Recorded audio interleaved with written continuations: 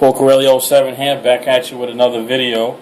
This is going to be a contest response for Ricky Russo. How to unpeel a boiled egg.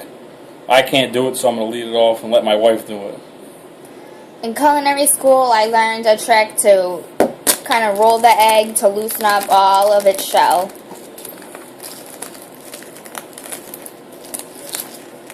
Then you take a spoon and you find an opening and you gently glide it all around the surface of the egg.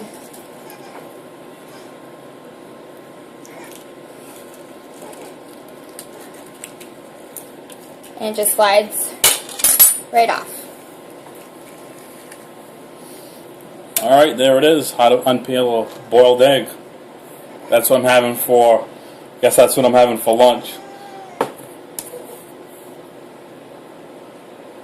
There's your video response. As always, go Sox.